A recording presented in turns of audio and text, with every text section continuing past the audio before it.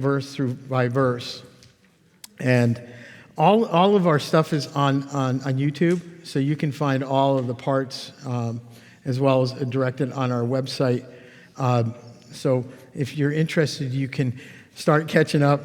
If you're not, don't worry about me. You can go back to it later. But every once in a while, I'm throwing another teaching as the Lord leads. And it's been good, I think. Some people really have enjoyed it. The book of Daniel is foundational for understanding eschatology and the prophetic of the future.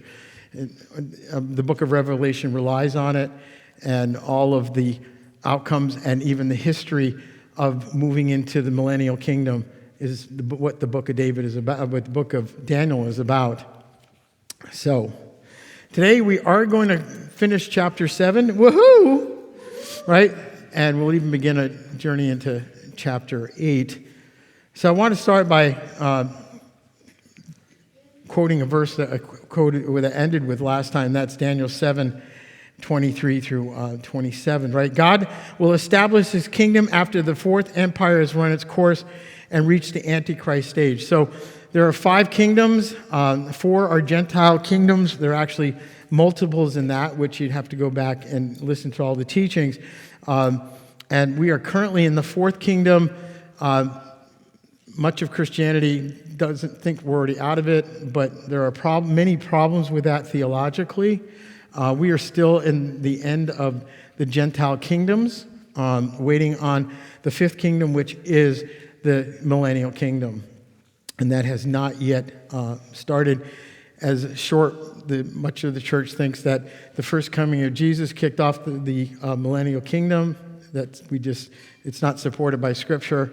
It will be the second coming of the Messiah that begins the millennial kingdom. And, you can agree or disagree, but through the teaching, I can support what we teach here, even though people may still disagree.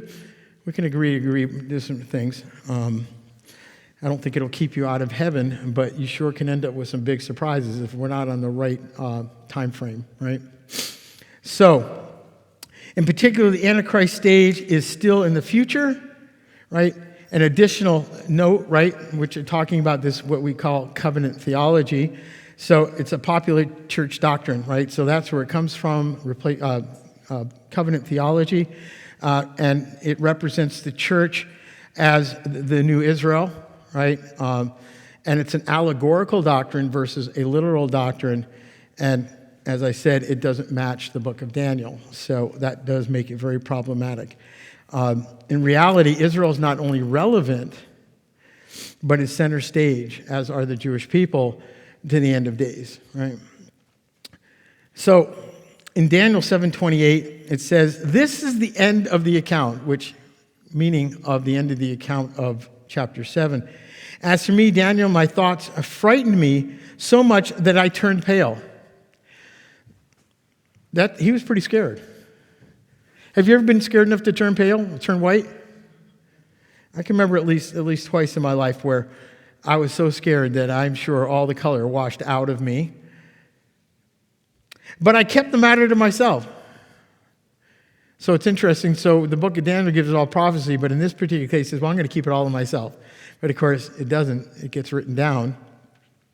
But I think what he was keeping to himself was not the prophetic necessarily, but how scared he was.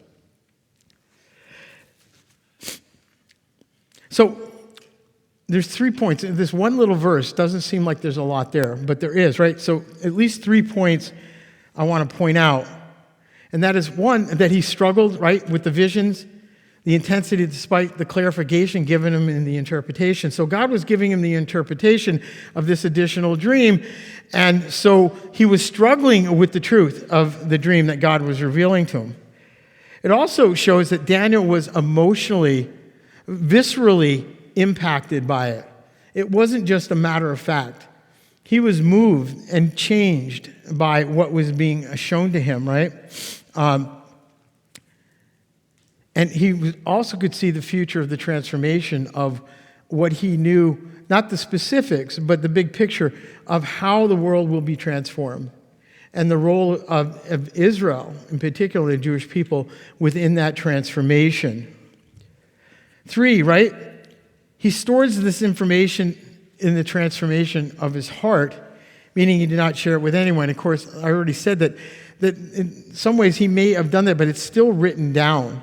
So it's something that is passed on, but it's somebody else. We always know Daniel didn't write everything. There was a scribe that was writing some of what Daniel was writing, and that also has particular. Remember, the book of Daniel is written, some chapters are in Hebrew and some are in Aramaic, so it's written by two different, at least by hand, the writers of it. So that seems like wow, that's kind of a short stop ending to a chapter that's been jack full of all kinds of information. So I want to recap a little bit. So before we get to chapter 8, I want to recap the 5 empires that we find not only in chapter 7, but also in chapter 2, because the book of Daniel, as I've said, is not chronological. It moves around. Some chapters, the early chapters are later, then the later chapters are earlier. So Daniel is not chronological. And so you have to have a little bit of understanding, insight of how that works so you don't mix up the information. So there's 4 Gentile empires, right? So the first one is the Babylonian Empire. The second is the Medo-Persian Empire. The third is the Hellenistic Empire, which 2 stages, the United Stage and the 4-division stage. And again, you can go back to earlier messages, and this is all laid out for you. The 4th empire is what is really usually known as imperialism, right? It's usually associated with the Roman Empire. The Roman Empire is the first stage, United States, but it's not the totality of the stage. There's many stages to it, right? There's the United Stage, which is the Roman Empire. The 2-division stage, right, which is the east-west balance of power after the Caesars fall and Rome is divided up. And so there's a lot more detail in the teachings that I've given prior. The one world stage government, which some argue we're kind of in and out of that, and I think there's some truth to that, but it's not exactly what's talked about in Daniel. Then there's the 10-division stage, which is 10 kingdoms within this 4th empire, right? And then which is really where we are still at. And then we have the Antichrist stage, which is absolute imperialism, which we're not quite sure if we're in it or not, right? The Antichrist has not made himself known, and if he is, so be it. But it's important to see how Daniel reveals the order of the Gentile kingdom so that we can understand where we may fit now, and at the very least know where we're not. And that's important because of how eschatology works. And if you start with an error, much of it's going to be wrong, which is unfortunately the case in much of some of the traditional Christian teachings, particularly in Protestantism and Roman Catholicism. The timing is wrong, and things haven't happened that say they have happened. So we need as believers should be aware of what's going on when it's going to happen. At least be on the lookout. And then we have the 5th empire, which is the Messianic kingdom. And we're not in we know what the Messianic kingdom is. It's the millennial kingdom, and we're not there. It's just not a fact. It hasn't been going on. There's way too much going on negatively that doesn't have any connection to the millennial kingdom.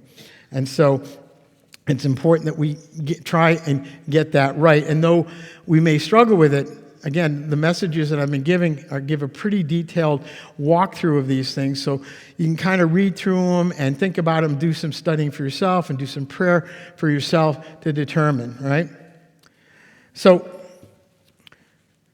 I want to remind us that in chapter 8, right, it is written in Hebrew, which is a change from chapter 7, right? It's opposed to the Aramaic. And so they are sister languages, but they're not exactly the same. It has to do with who's writing them and who may be under, right? In the Babylonian Empire, the language of use was not Hebrew. It was Aramaic and other Chaldean and some other things thrown in. But it helps us to understand where some of these chapters fit and helps us getting back on timing. Also, if you're reading in English or Spanish or Latin or whatever, you're not going to know. You have to do some digging to understand what languages we're actually dealing with, right? So in chapters 8 through 12, which is through the end of the book, there's a change of focus here, right? The focus on chapters 8 through the end really are focused on the Jewish people in the time of the Gentiles. Not so in the past, and also what's the present. We're still in the time of the Gentiles. There's a lot of Gentiles out there. and the nations are still controlled, from a Gentile perspective, not a Jewish or Hebrew, or however you want to express it. And we can be more specific, right, with chapter 8, in that it is focused on what? So it has to deal with the time of the Gentiles, the Jewish people, but it's really focused on the second and third kingdoms, which we've kind of already outlined, right? So it's going to be talking about the Jewish people, the trajectory prophetically through the Hellenistic Empire, and also the Fourth Empire, which is imperialism. So in chapter 8, there's a great focus on those two ages of history that have already passed, right? And so we know you're going to find, and I'll share some, but historically, world history supports the book of Daniel. These things that Daniel prophesied have happened, right, through the kingdoms, and we're going to talk some about that. So maybe another way, if it'll help you to look at it, how do we look at a timeline? So the book of chapter 8 runs through the 6th century BC to the 2nd century BC. Right? Remember, it goes from higher to lower until there is no year 0, but we get to 1 BC, then it goes to 1 AD, right? Yeshua was born, we believe, around 3 or 4 BC. He was not born in AD, which is a misnomer. And so it kind of give you a perspective of what we're talking about, hopefully. And chapter, 8 through 12 is Daniel's personal visions. These aren't the visions that were given before, like through Nebuchadnezzar, right? And Nebuchadnezzar's son. This is the visions, the personal visions of Daniel the prophet himself, and they're brought into focus for us. So, one of the interesting details, at least for me, right, when we're looking at Daniel in his early visions, they directly overlap the book of Maccabees. So I don't know if most of you are familiar with the book of Maccabees. Book of Maccabees are historical books. They're not part of our Bible canon. They're part of the Roman Catholic canon. But there's 4 books of Maccabees, with book 1 and 2 being the most important to us. They're accurate historical documentation of what happens during Antiochus Epiphanes IV and the destruction of the desecration of the temple and the persecution of the Jewish people. And so they really tell that story quite well. I encourage you, if you want to know more, I would read book 1 for sure, and book 2 is also very, very good. So in the first book of Maccabees, right, the centerpiece deals with, again, Antiochus Epiphanes, right? That's a mouthful, Antiochus IV Epiphanes, actually. And everybody should know that name. Well, if you go here, you'll know that name, right? It comes up at Hanukkah all the time. But the visions of Daniel are proved in the book of Maccabees. Daniel's prophecies come before the book of Maccabees, the time of the Hasmonean dynasty, which was around 188 BC. So it comes much earlier than what's fulfilled. So that is a proof that the book of Daniel, one of the proofs that the book of Daniel is actually accurate, because things play out that he prophesies, or what God prophesies through him, right? So I'm going to read a little bit from the book of Maccabees to give you some context, right? So this is from 1 Maccabees, chapter 2, verses 59 through 60. It says, Hananiah, Azariah, and Mishael believed and were saved from the flame. Daniel, because of innocence, was delivered from the mouth of the lions. So the book of Maccabees is referring to the book of Daniel, and they kind of prove each other, right, in their writing. So it's very interesting that they pick up on this. So if many who thinks that the Bible and the book of Daniel is allegorical at best, you've got a problem because it was identified as being the real thing in the book of Maccabees hundreds of years later. So we begin in Daniel 8. So starting in verse 1 and 2, after that first vision, it was in the third year, 551 BC, of the reign of the king Belshazzar, that another vision appeared to me, Daniel. I looked into the vision, and I found myself in Shushan, the capital, in the province of Eliam. I looked into the vision, and I was by the Ulai Canal. Daniel, at this point, was about 69 years old, right? Still maybe a young man if we consider Moses' age, or Methuselah, or any of the others. So what's significant about these verses? Daniel finds himself experiencing Shushan. He's not in Shushan, and Shushan should be familiar, right? Book of Esther, right? These are all interconnected, right? And it's the same as Susa in Greek. I bring that in because there's a lot of different name translations that they're all the same depending on who translated them. It's one of the nice things about the complete Jewish Bible in that, not that it's not a literal translation, but it puts all the original names back in their place, and then you can compare them with some of the other translations which seem not to match. And if you want to know what's correct, what the Hebrew identifications are, the complete Jewish Bible is really good for that, for sure, and can help you connect the dots, that they're talking about the same places or the same persons. So some argue he was literally there, right? So I'm trying to share that there's not always a consensus about how things are translated or interpreted, right? So I'd like to pick up on some of the larger ones. So I don't know if everybody knows who Josephus is, but Josephus was a Jewish general in the times of Yeshua and after. And he was a great writer. There's the book of Josephus. The whole book is about this thick. He wrote extensively about Jewish history, but the Hebrew here in chapter 8, it indicates it's a vision, and if we take that literally, he's dreaming.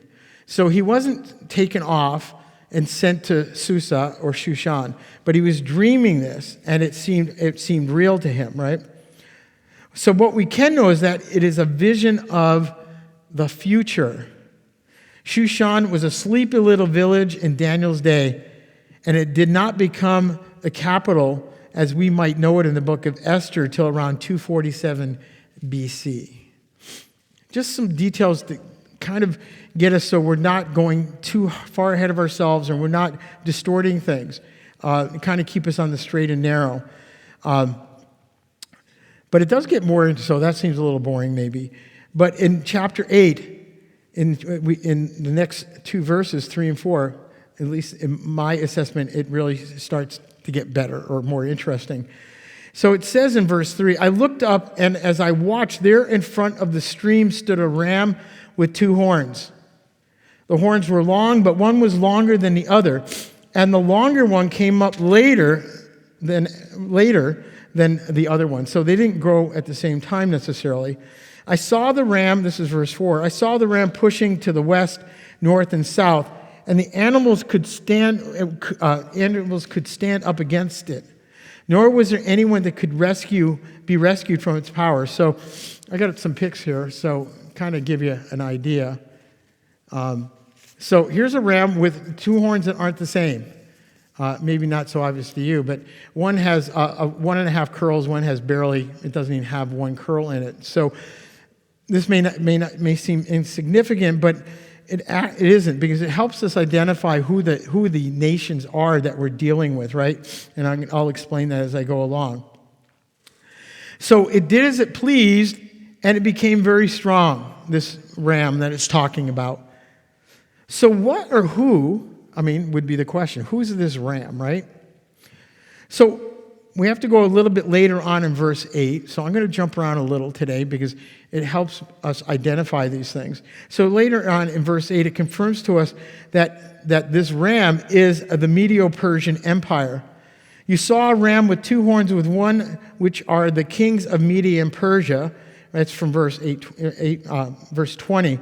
So history also helps us identify the ram. So we know that these two kingdoms, these two kings within this kingdom, the Medo-Persian Empire, one is stronger than the other. That is the significance, the main significance of one horn being larger than the other, that they're not equal, right? But history helps us identify this ram. How? In ancient times, nations were associated, as you might guess, with the signs of the zodiac. Zodiac goes back thousands of years, right? Medo-Persia was identified by Aries, the ram. So we can use some of these things, whether they're kind of we don't do zodiacs, but the world has, and they help us identify, the world helps us identify what they are through these limited means maybe that they had, right? In a religious book of the Persians called the Bundahishin, I think that's right. So the guarding spirit of the Medo-Persian Empire is a ram with pointed horns. So histrionics of ancient nations help us confirm what the book of Daniel is trying to tell us, right? So one horn is the Medes and one is Persia, but as I said, they're not equal, right? The Persians were the stronger of the two, and Daniel indicates that the larger, the higher horn appears later. So what does that mean? This indicates that the Medes rose to power first by about 100 years. They rose up in 612 BC, right? And this helps explain the original statue, right? Remember Nebuchadnezzar's original statue in chapter 2? And the statue, the part of the statue it relates to is the chest and the arms of silver and the uneven bare vision. So it helps us understand even better what that first vision or the statue that we started with Nebuchadnezzar, so that actually ties all of the chapters of Daniel together in how they operate and who they're talking about. So let's talk about first about verse 4. So the explanation of the ram, right, and its unstoppable power. So what does it mean? This signals that the Medes and the Persians would what? Conquer Babylon, Syria, and Turkey, which is today, what back then was Asia Minor. So northward, they conquered the nations around the Caspian Sea, Armenia and Scythia, and southward they conquered Egypt and Ethiopia, and I got a picture of that. So that's what this empire looked like at the peak of their conquering. And as of course you can see that Israel, Judea there, is included in the conquered lands. This was a very large dynasty, yet not the biggest as we will see. So in its time, at its peak, no nation, right, could confront them. They were the power of the world. But it's also interesting that in the East is not mentioned, right? The East is not mentioned, and history confirms, you got to believe me or you can look it up, that the Medes and Persians had no significant conquests in that direction. So they didn't conquer Europe, right, or North Africa outside of Egypt or anywhere else, or Arabia. This was the peak of their empire. And so it may seem like little details. The reason I'm bringing them up, they're just tiny pieces. There's a lot more I could give you, but it would overwhelm you. I want you to get to where that you are continually being comfortable with what Daniel is prophesying and how it rolled out in history, right? And you can all go and look at a lot more information. It's almost ad nauseum, but the point is that Daniel's prophecies we can see them fulfilled in history.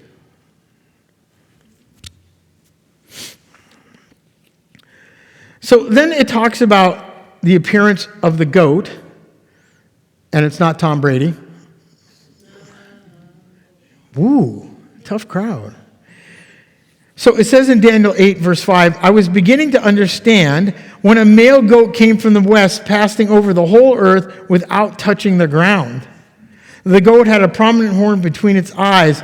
Just that when we thought we had a simple image, where we're talking about this ram, all of a sudden it gets more complicated, right? The Bible's like that sometimes. And I have a picture of this goat.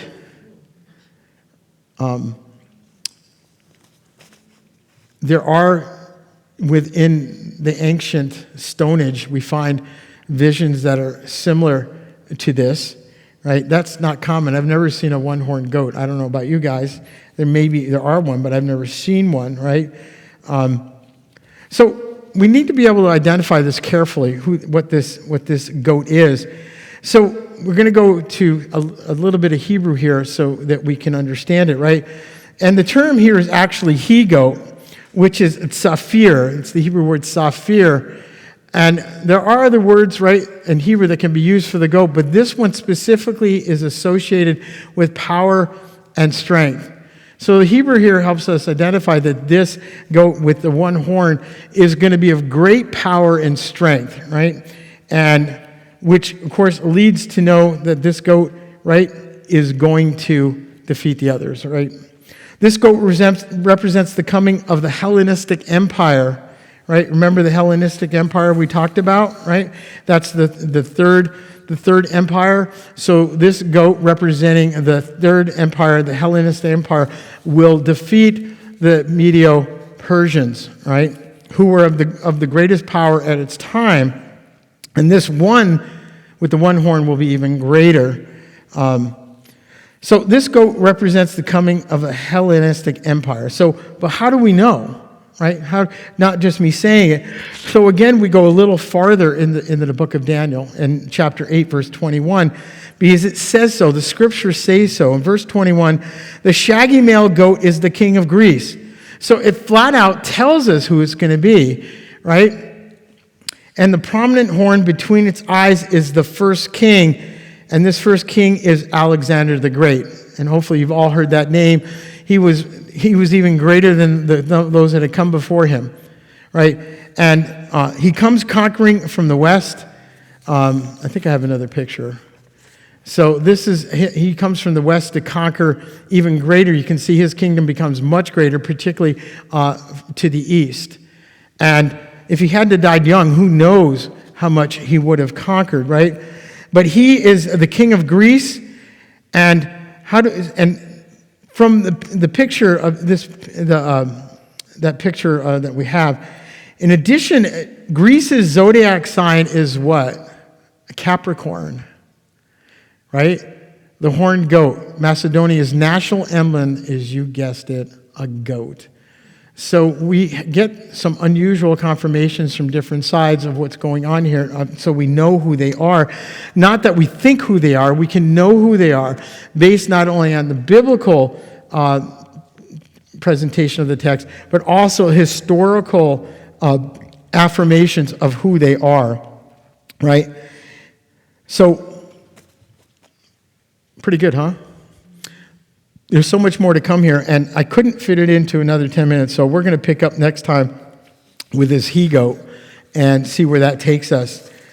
Amen. Praise the Lord.